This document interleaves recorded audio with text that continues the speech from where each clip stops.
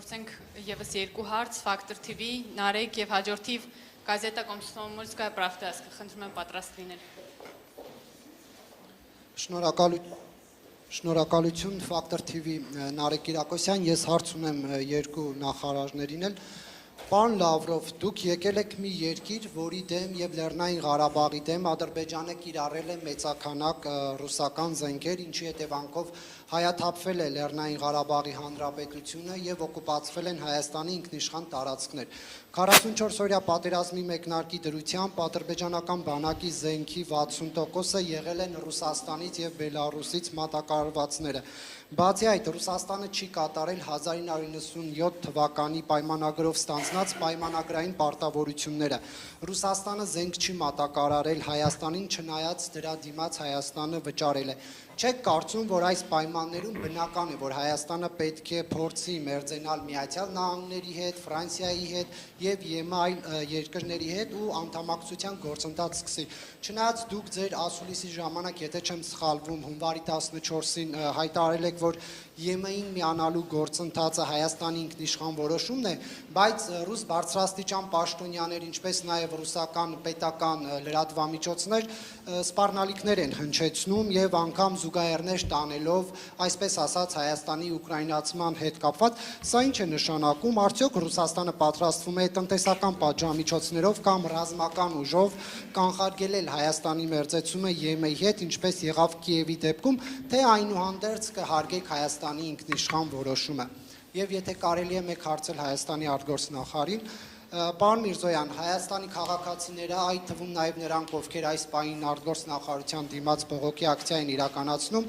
չեն հասկանում, թե ինչու եւ ինչպես է Հայաստանի վարչապետը մայիսի 9-ին մասնակցում Մոսկվայում տեղի ունենալիք շքերթին, ինչու եք դուք պարոն Լավրովին այսպես ջերմ հյուրընկալում եւ սա այն պայմաններում, երբ Հայաստանի դժվարին եւ ճգնաժամային պայմաններում Ռուսաստանը չի դրսեւորել որպես Հայաստանի դաշնակից եւ չի կատարել անվտանգային պարտավորությունները, ավելին հաճախ ռուս բարձրաստիճան պաշտոնյաներ նշել են, որ Բաքվի ռազմական հարձակումները Հայաստանի դեմ արդարացված են, քանի որ սահմանները հստակեցված չեն։ Այսքանից հետո հայ-ռուսական ինչ որակի հարաբերությունների մասին կարող է խոսք լինել եւ կոչվել դրանք դաշնակցային։ Знаете, мне как-то даже неловко отвечать на ваш вопрос. Во-первых, не запомнил того, что вы говорили, но позиция ваша ясна.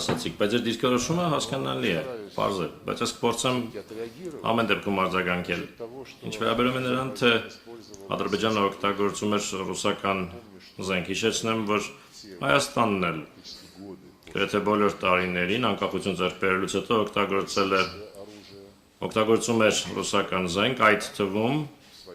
նաև ժամանակին վերցնելու համար այն 7 շրջանները, որոնց նկատմամբ պաշտոնական հավակնություն երբեք չի ունեցել։ Իմիջ այլոց Հայաստանի առաջին ղեկավարներից ոչ մեկը երբեք չէր առաջարկում Լեռնային Ղարաբաղը ճանաչել որպես անկախ միավոր, բայց օգտագործվում էր ռուսաստանյան զենք վերցնելու համար անվիճարկելի 7, չվիճարկվող 7 ադրբեջանական շրջանները եւ այնտեղ ամրաշինական եւ ռազմական գծեր ստեղծելու համար, շինարարության համար եւ դրանք ցույց են տալիս, որ այդ տարածքները շատ երկար ժամանակ պահելու համար էր հաշվարկնարված։ Որոշ վերլուծաբաններ ասում էին, որ այդ ամրաշինական աշխատանքների բնույթը վկայում էր այն մասին, որ ընդհանրապես չէին պլանավորում դրանք հետ փոխանցել Ադրբեջանին, ուստի այո, Աֆրիկայում էլ է, Մոզամբիկում էլ է օգտագործվում ռուսական զենք, Կալաշնիկովի ավտոմատ, շատ երկրներում կա մեր զենքը եւ դա չի նշանակում, թե այդ զենքը ամենուր օգտագործվում է այն նպատակներով, որոնք օրինակ համահունչ կլինեին բոլորին ձեռնտու սկզբունքներին։ Ձեր նշանակած դրվագները վճարում մատակարարումների հետ կապված եւ չկայացած մատակարարումների հետ կապված մենք այդ դրվագն այսօր քննարկել ենք, մենք կարգավորել ենք այդ հարցը, այդ վճարումները հաշվանցվել են այլ նպատակների, այստեղ հակասություն չկա, նոր մատակարարումների առումով մենք այո հիմա ունենք իրավիճակ, որում մենք ստիպված ենք ինչպես է պատմության մեջ բազմիցս կռվել ամբողջ Եվրոպայի դեմ, որը հերթական անգամ նացիստական կարգախոսների ներքո Զելենսկու ռեժիմն առաջ մղելով կռվում է մեր դեմ։ Գործնականում բոլոր եվրոպական երկրները եւ զենք, ինչպես հասկանում եք այս իրավիճակում,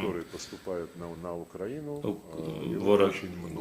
հասնում է Ուկրաինա շատ է, ժամանակակից զենք է եւ այդ զենքը մեր պատասխանն է պահանջում եւ մեր հայ բարեկամները համոզված եմ մեզ հասկանում են,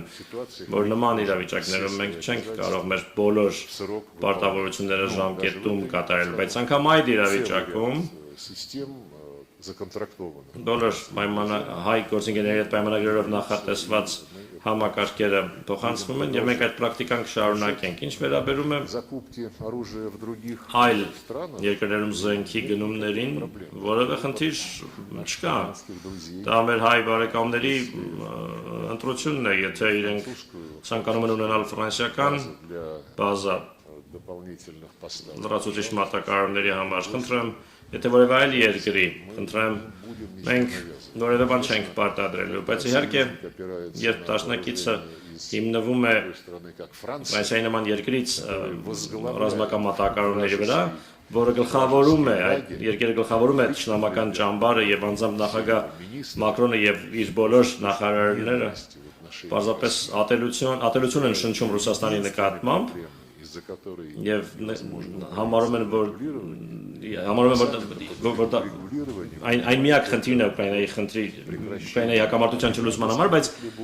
իրենք լուծում ասելով հասկանում են հրադադար առանց որևէ պայմանների առնվազն մեկ ամսով կամ ավելի երկար ժամկետով, որովհետեւ մենք կարողանանք հանգիստ միջավայրում լրազինել Ուկրաինային, որ Ուկրաինան կարողանա իր պաշտպանական դիրքերը ուժեղացնել։ Ընդ որում այդ կոչերը առանց պայմանների հրադադարի մասին հնչեցվում են մի քանի տարի լրիվ այլ դիրքորոշում ունենալուց հետո, որը ձևակերպում էին Եվրոպական միությունը եւ ՆԱՏՕ-ի անդամները, իսկ իրենք ասում էին երկար տարիներ ոչ մի բանակցություն չի լինի, քանի դեռ Ուկրաինան չստանա Ռուսաստանից ավելի ուժեղ դիրքեր եւ ընդհանրապես չեն լինի բանակցություններ, ասում են, քանի դեռ Ռուսաստանը ռազմավարական պարտություն չի կրի։ Հետո 180 աստիճանով շուր եկան եւ հիմա արդեն ոչ թե ռազմավարական պարտություն, այլ հրադադար, որպեսզի Ուկրաինան լրազինվի։ Քաղաքական իմաստով իհարկե Ֆրանսիան հանդես է գալիս որպես թշնամական պետություն, ուստի մեր դաշնակիցները իրենք պետք է որոշեն, թե որտեղ է ավելի լավ զենք գնել։ Նույնիսկ այն ամենով հանդես ինչ ես ասացի։ Իսկ ինչ վերաբերում է, մի բան ասացիք հունվարի 24-ի մասին, ընտրության իրավունք, ասում եք, մենք ճանաչում ենք ընտրության իրավունքը։ Մենք նախկինի պես շատ ջերմ հարաբերություններ ունենք հայ ընկերների, հայ բարեկամների հետ, իհեճուկս մի շարք խնդիրների, որոնք ծագեցին հարաբերություններում։ Դերևս միմյանց դիրքորոշումները ոչ լիարժեք հասկանալու պատճառով։ Ինչ վերաբերում է Ղարաբաղին, մեկ անգամ էլ ասեմ, մեզ ոչ ոք չի կարող փնովել, մեղադրել, որովհետև վերջին առնվազն 20 տարիներին եւ նախագահ Պուտինը եւ նախագահ Մեդվեդևը, հետո նորից նախագահ Պուտինը առաջ էին մղում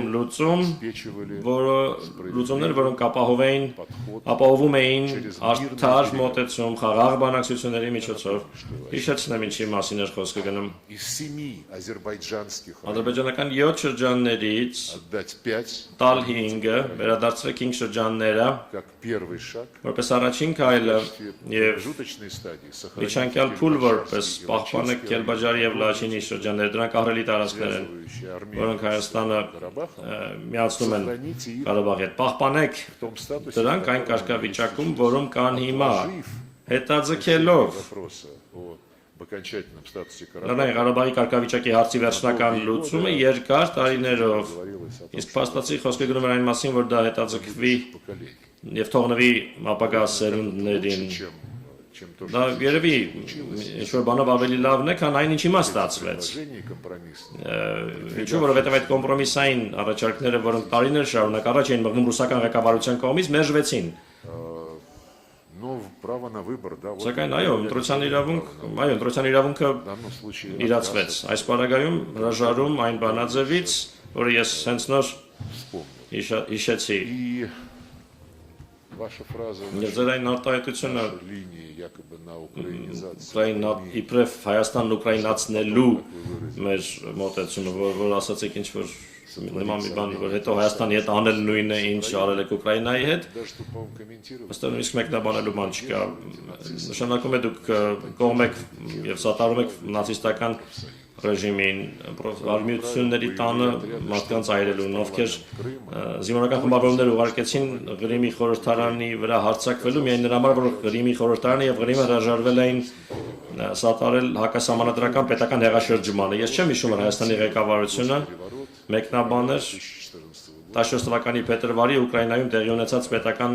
հեղաշրջումը։ Չեմ հիշում, որ արևմտյան երկրներից որևէ մեկը մեկնաբաներ բացասաբար խոսեր այդ իրադարձության մասին։ Ուրեմն այն ժամանակ արդեն Հայաստանը 2014 թվականին իրացնում էր դիրքորոշում ընտրելու իր իրավունքը։ Իսկ ինչ վերաբերում է եվրոպական գործընկերներին,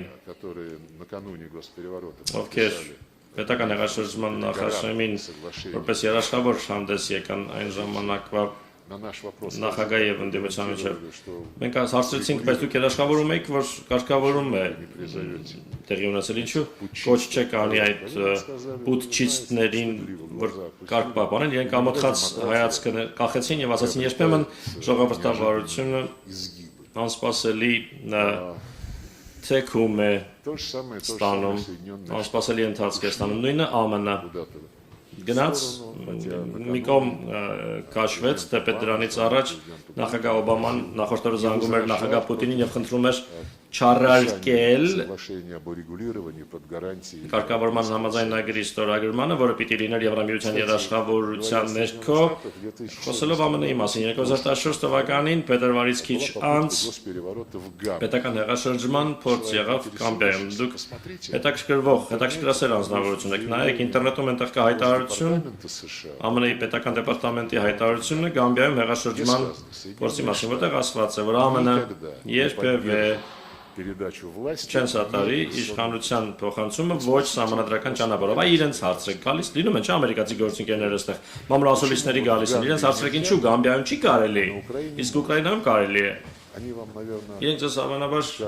կասեն ինչ-որ բան, ինչ-որ սուբյեկտիվ հանգամանքների մասին, բայց իրականում Գամբիայում կառավարություններ, որին ամերիկացիները սատարում էին, իսկ Ուկրաինայում նախագահ էր, ում իրենք ուզում էին իշխանազրկել եւ իրենց մարդկանց այնտեղ դնել։ Դա համար ես չեմ տեսնում պատճառներ, որևէ պատճառներ Հայաստանի ուկրաինացման համար, Հայաստանը մեր դաշնակիցն է, մեր ընկերն է, Հայաստանը չի Հայաստանը ռուսաց լեզուն, ռուսական մշակույթը անօրինական չի հռչակում, օրինական իրավունքներից չի զրկում էթնիկ ռուսներին եւ նրանց, ովքեր պարզապես ուզում են ռուսերեն խոսել։ Հայաստանում ընդունված չեն օրենքներ, որոնք արգելում են այդ ամենը, ի տարբերություն Ուկրաինայի։ Այդ օրենքների ցանկը այսօր մենք փոխանցեցինք մեր ընկերներին, որևէ երկրում չկա որևէ լեզվի արկելք, խոսքը ոչ պետական լեզվի մասին է, որևէ երկրի, որևէ լեզվի, եթե այդ լեզվով խոսողները քո երկրի բնակիչներն են, մենք բարձեցինք, որ Հայաստանում արգելված չէ ադրբեջաներենը, իմիջայլոց Ադրբեջանում, այդ թվում այժմ նաև Ղարաբաղում, ժամանակությամբ Ադրբեջանի արգելված չէ հայոց լեզուն, իսկ այ Ուկրաինայում ռուսերենը արգելված է, Իսրայելում արաբերենը արգելված չէ,